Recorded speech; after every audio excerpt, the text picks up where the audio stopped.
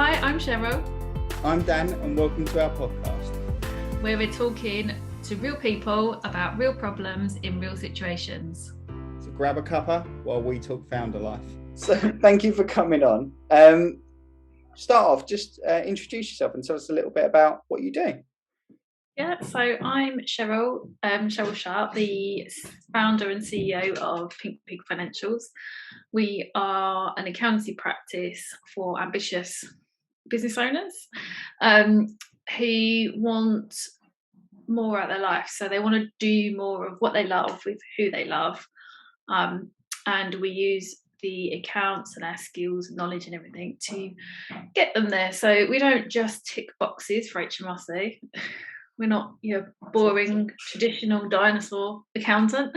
And we do like to do some fun stuff. And basically our main goal is to help our clients reach their goals, what they want out of it. So yeah, we just use the finances to work out what they need to do and how, and help them to get there.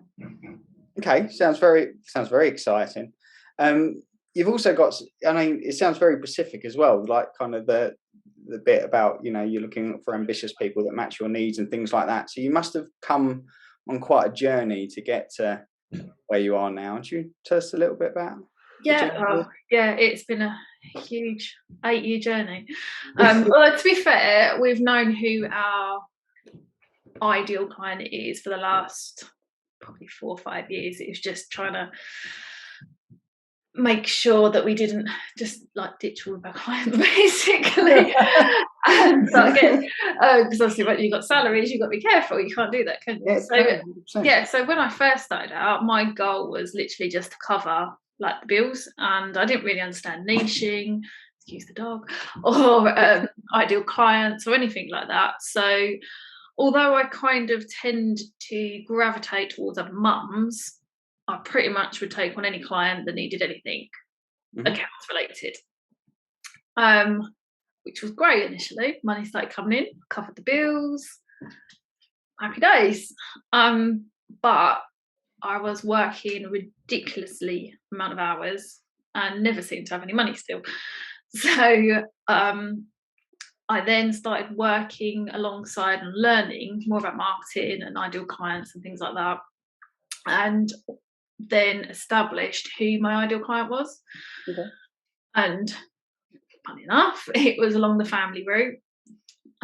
So we then started targeting families, so businesses run by mums and dads, or mums or dads. And then that was all fine for quite a while. Started progressing, really targeting who we wanted to target and winning those sort of clients, and managed to grow, take on more people. So I wasn't working quite as stupid hours, but obviously got to the same sort of position again. And I started looking at the numbers and the figures and what sort of clients brought in what sort of money and things like that. And at this point was working with sole traders and limited companies. And when I looked at the figures after one very tough January, where I worked 80, 90 hours a week. Okay, that's not sustainable, is it? No, not sustainable at all. And the other person in the business went off sick for 2 weeks, left it all on my head. Okay. It was a case of this cannot carry on. So I looked at all the figures, that's what prompted me really. And then I noticed that sole trader, sorry, can you hear that? Yes, all right. This is the reason the dog is here. The plumbers are fixing my plumbing and singing to the radio. So yeah, got to the point where I looked at the figures and I realised that the sole traders were bringing in around about 10% of my annual revenue. Okay. However, I was spending way more than 10% of my time, or the firm's time, on that sort of work. So I very promptly said, right, these all need to go. And because it was only sounds like you made a good, sounds smart. Sounds like you made the right. And I know we're upset a few people, and to be fair, it was quite upsetting for me as well, saying goodbye to some people that I'd worked for since the beginning of the company. It was really like, oh, this is quite a sad thing, but I knew it had to happen for us to be able to progress. There's no way I could have carried on. There's no way over the last few years, especially, that I'd have been able to do what I needed to do to support all of those people. So, yeah, our client base went down quite quickly. But it was very quickly replaced by a couple of other limited companies, which then meant that we had the time and energy to invest in those companies and carry on growing. Okay. So again, our target market changed again. And it's still evolving in a way, really, because we've recently discovered, well, not discovered, I've always known, but it's been more to the forefront of my mind that family doesn't just mean the traditional mum, dad, kids. Your family could be anybody, but who you count as family, and like the lifestyle that you want to lead. It's not just mums and dads that want that flexibility and that kind of lifestyle. It's other people as well for various different reasons. So yeah, we've kind of tweaked our ideal client slightly. So it's more the family that you make for yourself, and that. And we've really honed down on it. In the last few years, we've kind of parted ways with everyone who doesn't tick all of the boxes. Either just we've said no, or the relationships have naturally come to an end. So now we are fully committed to being 100% of our ideal client base. And I did a huge repricing exercise as well over the last few years. Which felt bad re-COVID, but it's paid dividends, really, because now we are servicing our clients at the right level to be able to give them the service they need and deserve to get to where they want to be. It all comes out in the wash, doesn't it? It does. And now we have less clients that we do more for, so therefore higher fees, but we're able to give them more time and dedication for that. So yeah. It sounds like an amazing journey, to be honest, and a lot of learns along the way. Huge amount of learns, and I'm still learning now. There's so much still that I'm still learning, and stuff to explore and stuff to come in the future, but I feel we're ready now to start that scaling journey, which is where we're at. It sounds very exciting as well, and I like the fact that you say about we kind of hinted and alluded to the fact that you kind of don't take on people that don't match your ethos or accept how you like to work. And I think that's really important. So along that journey to learn everything that you've learned and the kind of the outcomes you've got, then I would probably think you might have had some failures along the way. So what would you suggest your biggest failure was, and what did you learn from that experience? Definitely not believing in myself and charging enough. That was a huge failure, but one I needed to make to be able to learn from. So yeah, that was a really big one. I didn't charge anywhere near enough in the first instance to cover my time, let alone overheads, software costs and everything else. So that was a really huge learning curve, and valuing myself, because I would look around at other accountancy firms and think, I can't charge what they're charging, I'm nowhere near as good as them. And then I'm just like, oh, what on earth are you towing? And of course you are. But it was having that confidence in myself and everything, and understanding that me not valuing myself and charging enough caused problems in other areas, because I wasn't earning enough to be able to afford to take people on, to be able to deliver the service I wanted to deliver. So yeah, that's probably been the biggest fail but biggest learn at the same time. Okay. Well, that sounds quite in depth. It sounds like you went on quite a journey personally with that as well. God, yeah, I had to look at my own demons while I had own personal stuff going on, why I didn't think I was good enough, why all these different things were in my head. And yeah, it was quite deep for a while. I remember going on a masterclass that James Ashford, who runs Go Proposal, the software we use for our proposals, he did a masterclass, must have been about this time last year,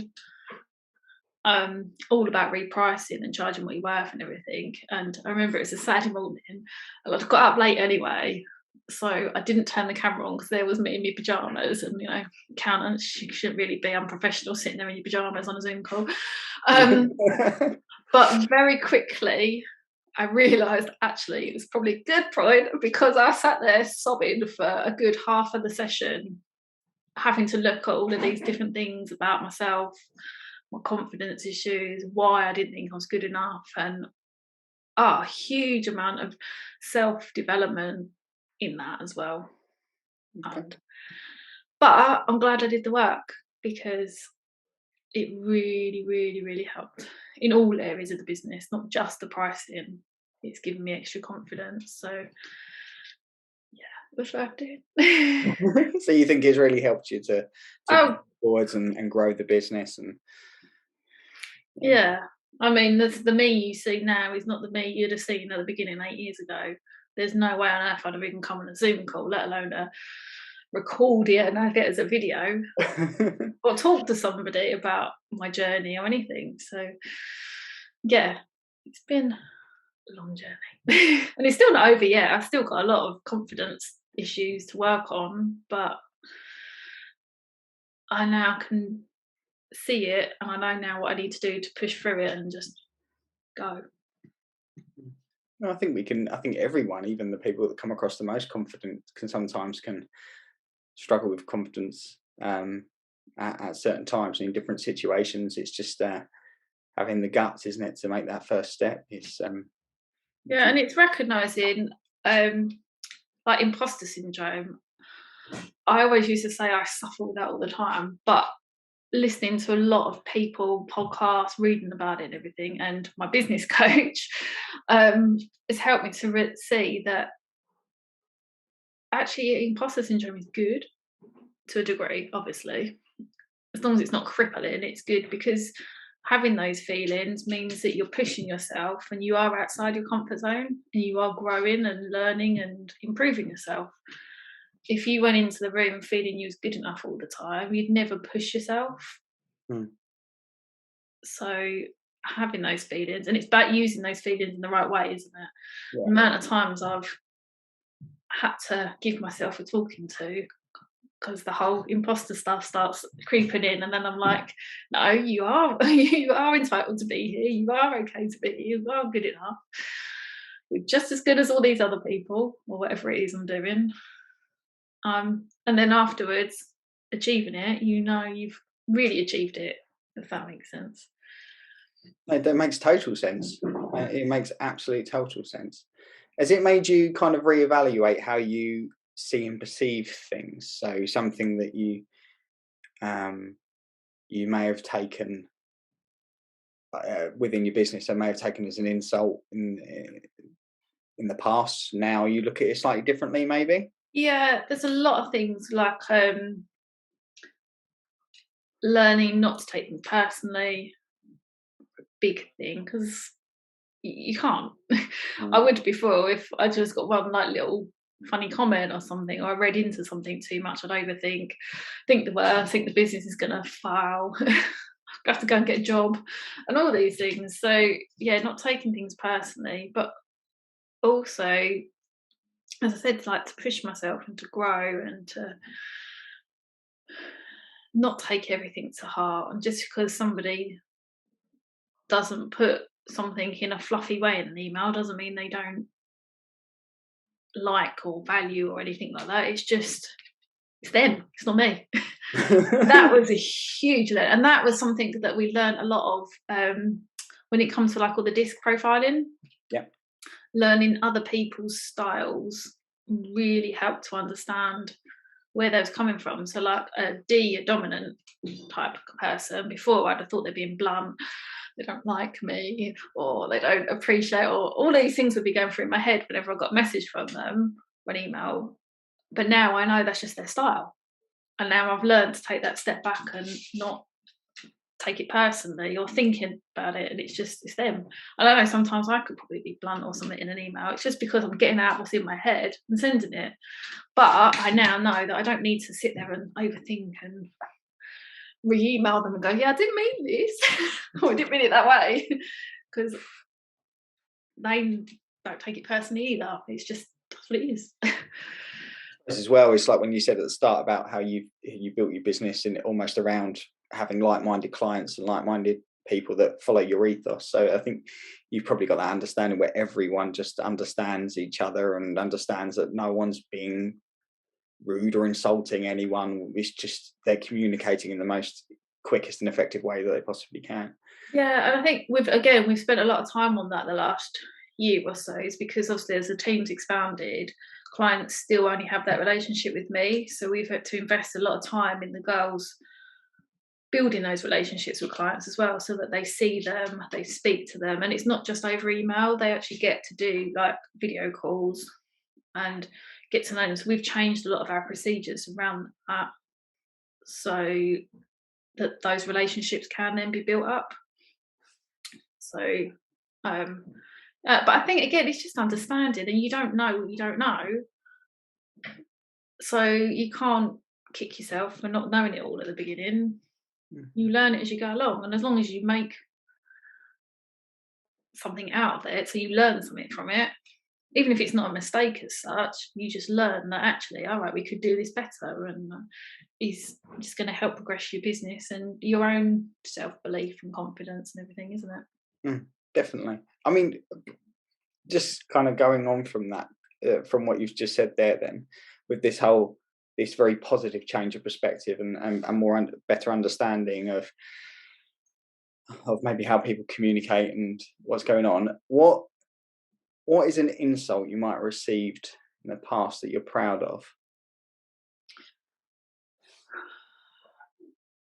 It's definitely that I'm too nice. That's probably not an insult, is it?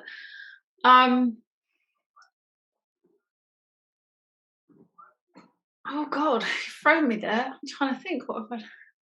Wasn't trying to do that. The too nice is always one that I get, and I still get it now actually, like where I've done things with the team.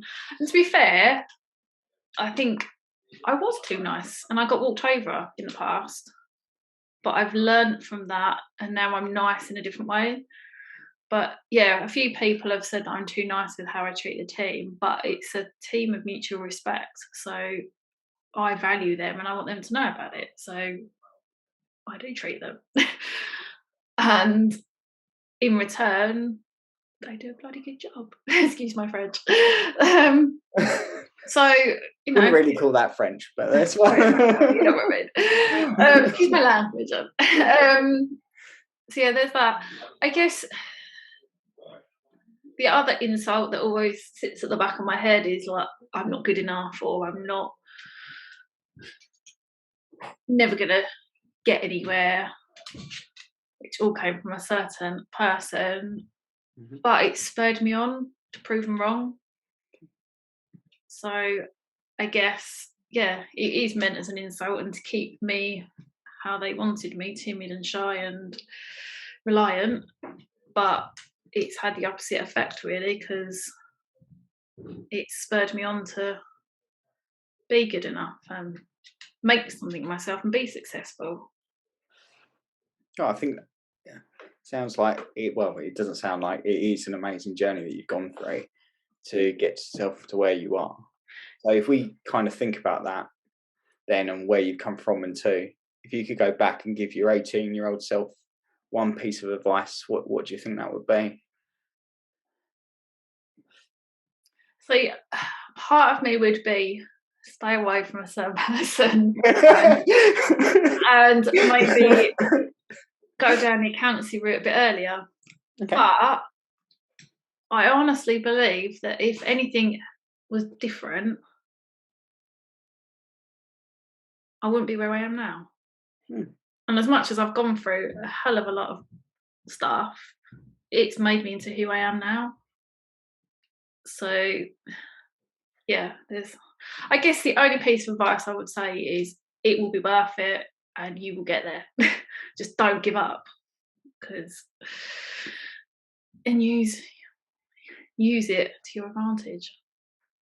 I think that's really powerful and amazing what you say about don't give up. because I think people can be, give something a go, then give it a go again, and then maybe give it a go again. It doesn't work those times, but you could just be that one more go away from making something.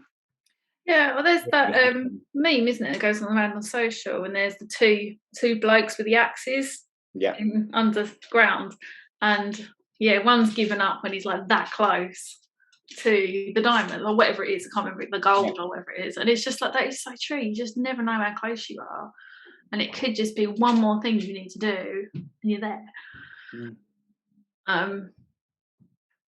But yeah, just if it's what you want. Obviously, there are times when you have to be realistic about stuff. It's not flog-a-diddles, as the saying goes. But even then, there's ways around it, and giving up isn't always the only option. There could be other things that you're not seeing. So then it's kind of, who do you need to speak to get that perspective and advice from? We've got it soon. We've got a client who thinks they need to give up, and I said, no, there's ways around it. Let's hold the brakes, think about it, put some thought in of options, and then we'll have a call and we'll look at the options from a different perspective. And just having somebody else look at your situation will give you a different perspective on it. So yeah, that's important. That is important. It's important, isn't it? And it sounds like it's important, rather than kind of giving up. Maybe we need to take a step back, learn and evaluate from what might have gone wrong, rather than giving up and then re-engineering and giving it another go. Exactly. It's like reflection and reflect and review. Okay. Throughout, from everything you've talked about so far, you've mentioned a few people within it that sounds like that might have had quite a big impact on your life. So who are the 3 most influential people in your life, and how have they impacted you? Husband now has got to be at the top. Bless him. He helped me to see my worth, I suppose, and give me that confidence to push forward. And he always believes me, even when I go to him with some really stupid, ridiculous, crazy idea. He's my biggest cheerleader, and he'll champion me, and he'll do whatever I need to do. He's always been, to the point where, see, he gave up his job to help us both focus on the business and move it forward, and give me what I needed, basically, to be able to do that. So he's definitely the biggest one. My coach has been a huge influence. I always thought I didn't need a coach. And what stupid idea that was. Easy to say that when you don't have one, isn't it? Definitely.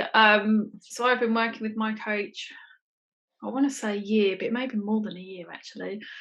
And the confidence and the insights she gives me, and the challenges, the way she challenges me, is, I couldn't do without her now. I think it was only meant to be a short course of sessions, but I said to her, like, you're my permanent staff now, I can't be without you. And every time I go into a session, I think, oh, maybe I don't need her anymore, and then I'm like, yeah, I do. So yeah, that's and then I don't know who else. There's so many business people that I look up to, both in the public eye and like close personally, that I look up to. I couldn't name any one other person, because there's just too many that have helped me really on my journey. And yeah, it's not fair to single anyone else out.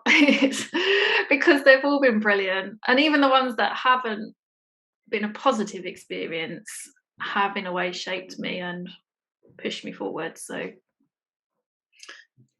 yeah, that sounds, yeah, okay. There's certainly some interesting and personal choices there. I think the business coach, obviously, having family that support you and are on your side and pushing you to achieve what you want to achieve, I think is always massively important.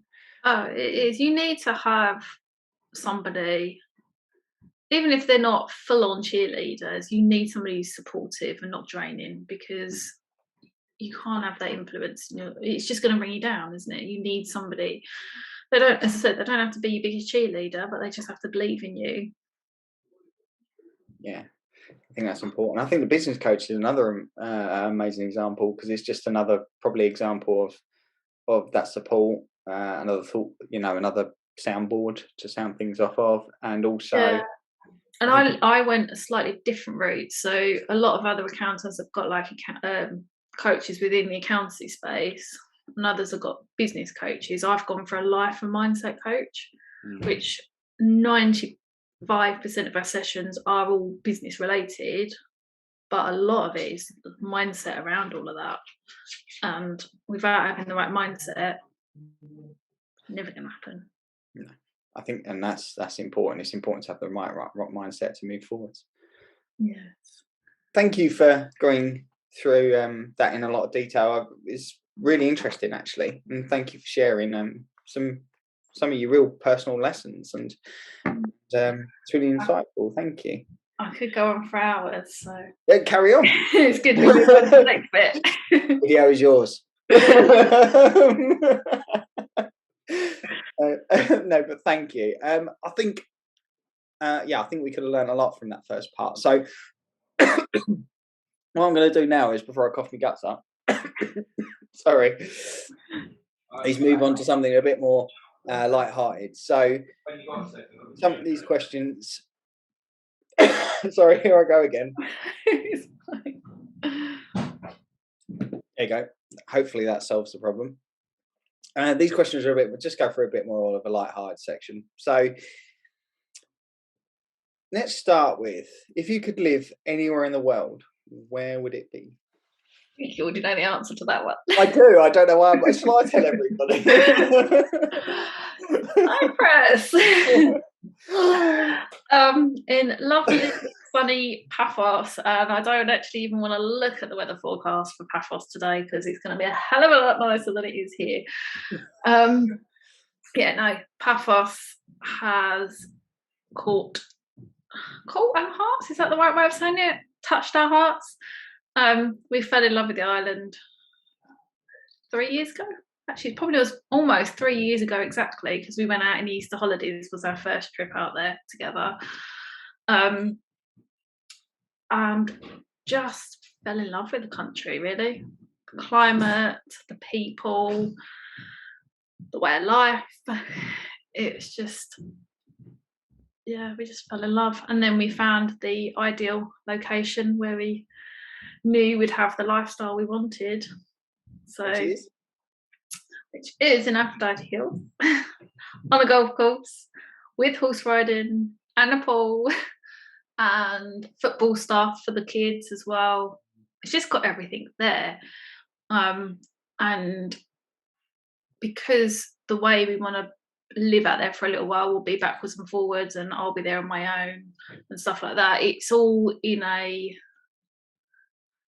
enclosed, not enclosed, but it's like a complex. Everything's there, so you wouldn't have to leave. So if we're there for a short period of time, we know we haven't got to faff around trying to find a supermarket to get stuff. It's all there. And if I'm there on my own, it's patrolled, there's security. So it's all secure and lovely, and it's just so pretty, and views are out of this world. You're not making me envious at all. Sorry. Yeah. You say that. Really sad. I'm going off subjects a little bit, but you say about Aphrodite Hill. I was watching something on YouTube the other day, and one of the, you get the adverts that come up in between it.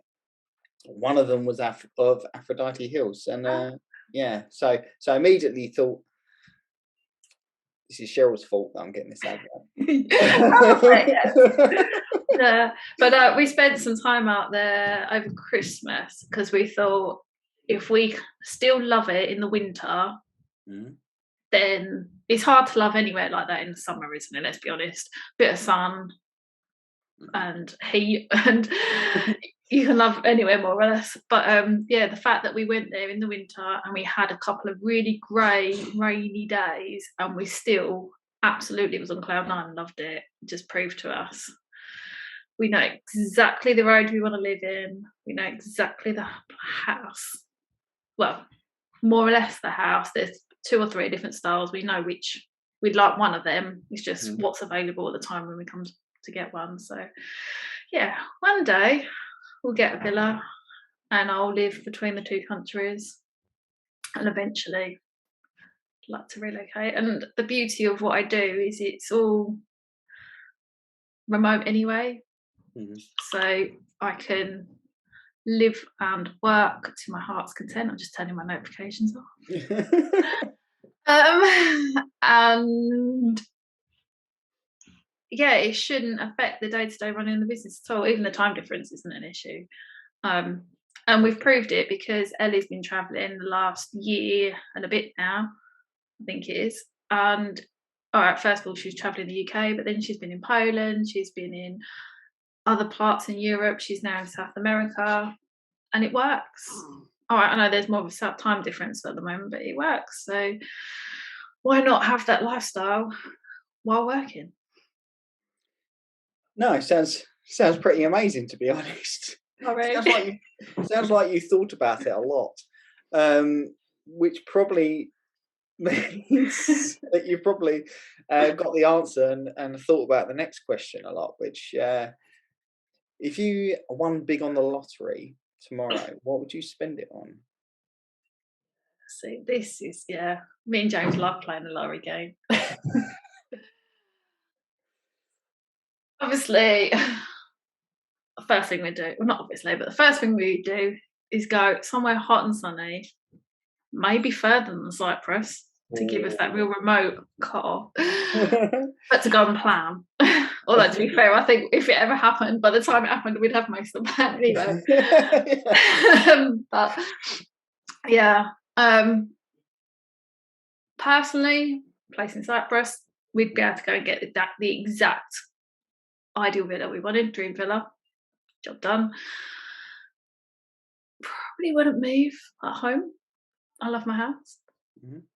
But then we wouldn't want to do, obviously we'd probably go and buy treats, treat the kids, friends, family, etc., and make sure everyone's comfortable and happy and everything. But then what I really would love to do is set up Pink Pig Foundation, which would be for women, men, families escaping domestic violence situations.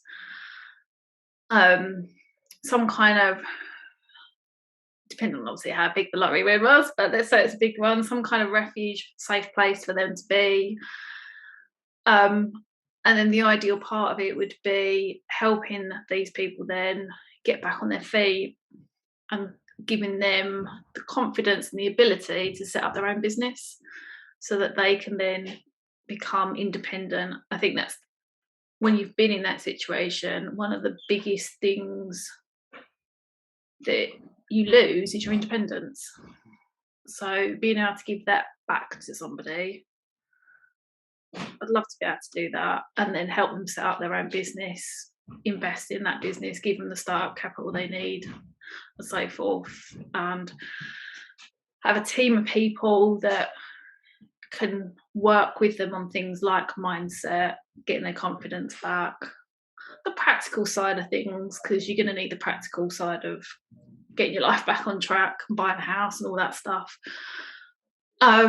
or getting somewhere to live long term, not necessarily buying a house, but all of that sort of side of it. And then giving them that chance to start again and have that for themselves. That's what I want to do. It's very detailed and very inspiring, to be honest. Yeah, I think I know. The thing is, I know what it's like, so I know how it feels and how much of an opportunity that would give somebody to give them that independence, but then not be. And this is another thing: is I didn't want to be reliant on anybody. So to be able to have the ability to be reliant on yourself and grow and see that you are good enough and worth it, and to be able to help somebody achieve that, that'd be amazing. I'd like to think that in some ways I'd be able to do part of that anyway. Mhm. And I've kind of already been in talks with a few people about potentially how we could work and how we could do it. It's a long-term thing, but obviously if we had a lottery win or some funding, oh my God. Make it easy to do. It'd be a hell of a lot easier to do, and I'd be able to do it a hell of a lot quicker. So yeah, that's what I would do. That's amazing. That's amazing and pretty inspiring. And it's really, it's really nice that you're kind of helping people with something you can relate to in terms of, like, as you've said, about helping with confidence and things like that. So um building that confidence, starting a business, which is everything that you can relate to. Yeah. um the detail that you have gone into with the lottery win and the where you'd like to live in Cyprus and all these different things, Bit of a um, dreamer. would probably suggest to me that there are probably some things in life that probably irritate you a little bit. So what's your biggest pet peeve? Maybe we're asking this. So, my biggest pet peeve is people who use things as an excuse. I can't do this because, and probably one of the biggest ones that I've seen and that really grates my, whatever the right phrase is using your children as an excuse. I can't work because I've got kids, or I can't have a business because I've got kids. Well, that's just an excuse. You're putting that barrier in the way. And don't get me wrong, before anyone listening to this goes, oh, but what about my situation? Like, granted, if you choose not to do something because of your kids, or you can't because you're a carer or something like that, then that's fine. You're not using it as an excuse, it's a reason. It's those people that would rather sit on their ass and do nothing. It's not going to win me no popularity here, is it? It's the people that just use it as an excuse. I mean, I remember, and this has stuck with me for years, somebody turned around to me once, who was in a much more fortunate situation than me, because they had help from family, they had all the childcare they needed, and they turned around to me and said, well, it's all right for you, you've got a career. And I'm like, yeah, right, I've got a career, I've got a profession that I've worked my ass off for, that I'd be sitting up till silly hours studying to take my exams, all weekends, everything. I'd send my kids to the childminder so that I can go and take my exams. So I'm paying a childminder to have the kids before school, after school, so I can do my exams and stuff. I've never once turned around and go, oh, I can't do that exam because I've got kids. I found a way to do it. And yeah, that's got to be my biggest pet peeve, because if you really wanted to, you'd find a way to do it, just like I did. And don't get me wrong, I'm sure there's people in a lot worse situations than me that would find it harder to find that solution. But there are solutions. And just to say I can't do something because I've got kids, or I can't do something for whatever, it's an excuse, and you're putting that barrier in front of you. So yeah, that's my biggest pet peeve. So is it just it's just the fact of excuses in general? Yeah, I guess you probably could take it that far. It is excuses in general. But specifically, the amount of times I've heard people go, oh, I can't do that because I've got kids. I'm like, well, I'm living proof. I had nobody to help with childcare. If I needed childcare, I had to pay for it. And I did it. So it's, yeah, stop putting those barriers in your way and find a way to do it. If that's what you really want. If it's not really what you want, then hold your hands up and say, it's not for me. I'm happy with what I am. But then don't moan that you're not where you want to be. Yeah, I think that's the important one as well, isn't it? So it's also when people make excuses and stuff about these sort of things, asking yourself, is this is this really what I want? You know, it's a bit like, I suppose you could go all the way down to the fact of it's even going to the gym. It's if you wanted it that badly, you'd go to the gym. You wouldn't just say, I'm going to go to the gym next week. If you wanted something, if you wanted that healthy, to be fit and all that sort of stuff that badly, you'd go and do it. So. Exactly. Well, it's even that. I mean, I don't want to go to the gym, and I never would say I can't go to the gym because of anything, because I just don't want to go. And I will say I don't want to go. I don't enjoy it. But I did go through a phase where I did want to, and I struggled because I said kids, no childcare, etc. And me and a few of my friends, we found a trainer that would come to my house of an evening once the kids were in bed. They'd come to me because they had childcare, and we'd have the workout with the trainer at my house. And because it was split between a few of us, it was a lot cheaper. So we found a way. So yeah, it is. You will, if you want it that bad, you'll find a way to do it. That didn't last very long because I didn't want it. And I'm too lazy. Well, at least you say that, though. At least you say that. Yeah, too lazy is in the fact of like physical, whatever their word is, physical doing stuff. Yeah. I was gonna say, you like your golf, don't you? So you. Yeah, that's changed, and that's a really good, for me. That's my. It's not. It is exercise, isn't it? But for me, it's walking around for 4 hours is a lot of exercise. It's a mindset thing. I can turn the phone off. The girls know that I'll be available later in the day, and I can just be present in the moment. All right, my mind wanders and I start dreaming and thinking, but it gives me that opportunity to do it. Which is. Ovens are all outside, so guard dog, cute little puppy guard dogs. Dealing with the plumbers. I do kind of understand where you come from with the excuses. A bit sad. My pen says it. My pen says excuses breed no genius. So I share the same peeve as you do. Okay, so just kind of moving on from there. Obviously, you've been on quite a journey. You must have gained a lot of knowledge and industry knowledge and expertise. So what's one thing your business taught you that you didn't expect it to?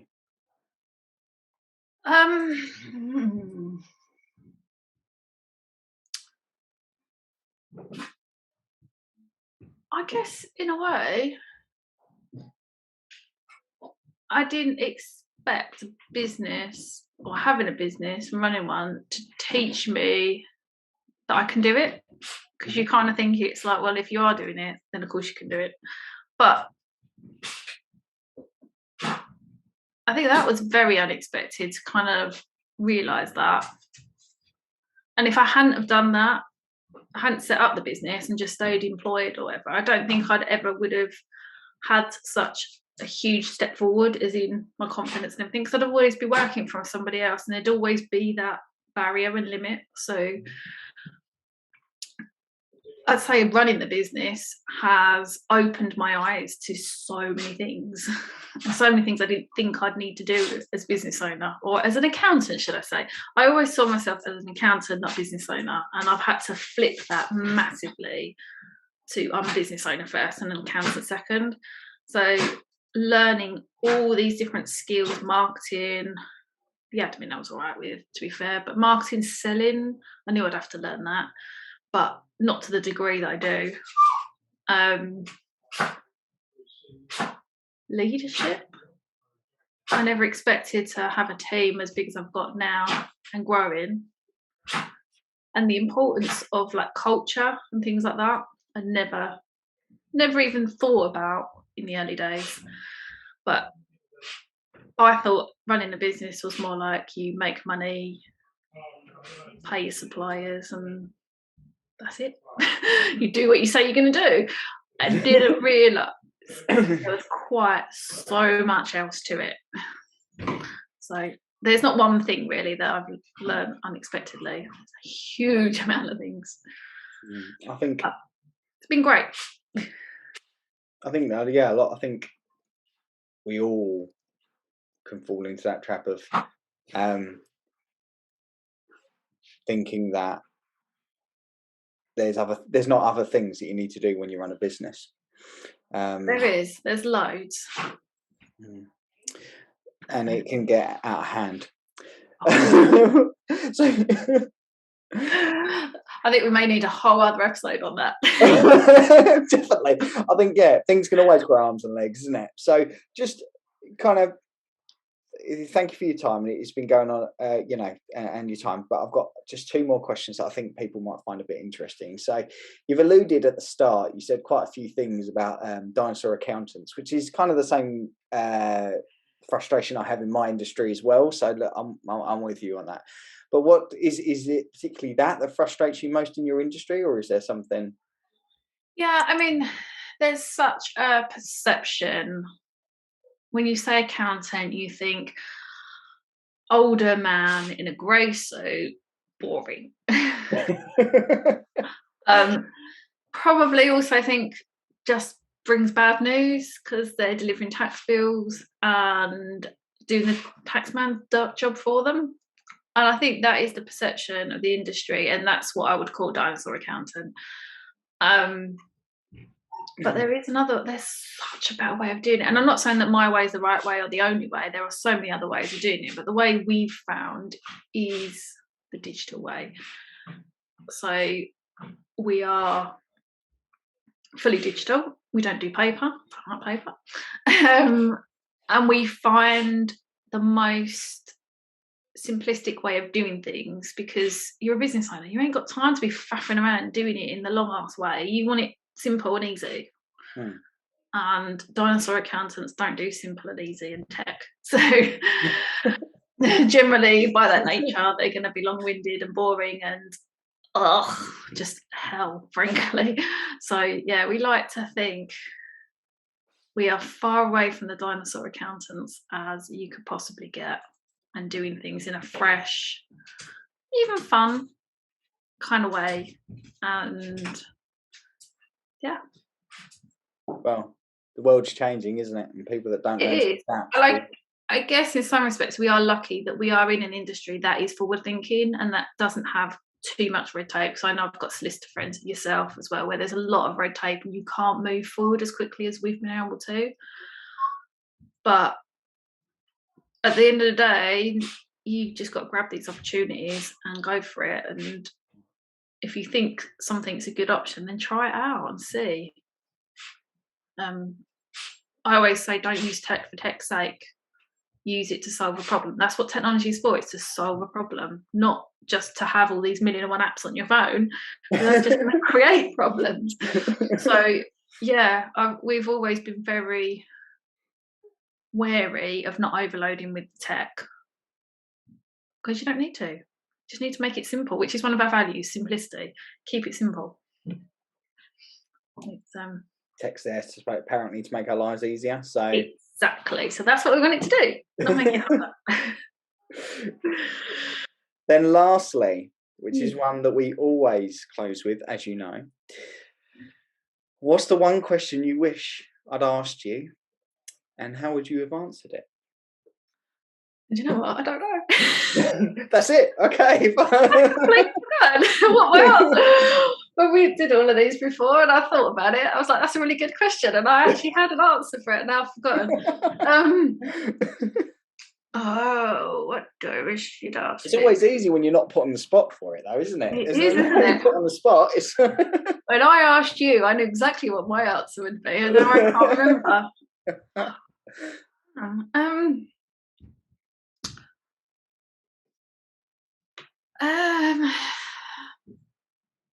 My God, this is a bit of a cop out. I can't think. It's fine. If you can't, you can't. Right, what do I wish you'd ask me? I think in a way I've kind of cheated because we worked out all the questions together, haven't I? Yeah, exactly. Yeah. You cheated. You copped out. Don't say it's how much was the villas on that advert you saw on YouTube. All right, just say, because that's not a question you wish I asked. No, because I don't think I want to know. They always lead with the really expensive ones. I guess. Who would I most like to meet and what? But I think you know the answer to that one. And I've kind of already half met one of them. but everyone listening doesn't. So go on. Okay, yeah, that's true. So yeah, there's 2 people in business that I'd really love to meet. One of them is Stephen Bartlett, who I had the most amazing opportunity to do so last month. And when I actually came face to face with him, I went completely blank and frank out. Yeah, so I'd love to do over. And yes, very fun asking if I go in on Dragon's Den, he would be the one I wanted. And the other person is Karen Brady. I've looked up to her for I don't know how many years. I think she has been a role model for women trying to do things in men's environments. We all know she's she's the first female in the football world at high level, and doing it with 2 kids and a brain injury or a brain condition. She's had all that going on as well, which I relate to with my stomach condition. So yeah, I have entered a competition, so fingers crossed. But I need to prepare a hell of a lot more if I win that, because I cannot go fangirly again. God, could you imagine? By the sounds of it, it'll be a whole new level with Karen Brady. So yeah, it may be. James does say that she's my woman crush, and I wouldn't go that far, but she in business, yeah, I've looked up to her for years, and that would be my ultimate. So fingers crossed I win this competition, or find another way to get in front of her. But you'll have to go watch West Ham, and who wants to do that? She's pretty inspiring, so I get that. I do get that. She is very inspiring. Yeah. So, well, that's it. Thank you very much for your time. Thank you for sharing, and thank you for being so open and honest. Thank you. It's been fun, and yes, I look forward to many a future podcast where we can talk about our stuff, our views, our opinions, and obviously speak to other people as well and learn more about other people's journeys as well. Yeah, looking forward to it. It'd be good, and I think it'd be very insightful for people to listen to. Me too. Yep, looking forward to it. Exciting journey ahead. Thanks for listening. We hope you enjoyed this episode. If you did, please like and subscribe, and we'd also love to hear your feedback, so please leave us a review or drop us a DM on our Insta @Found a Life Podcast. See you in the next episode.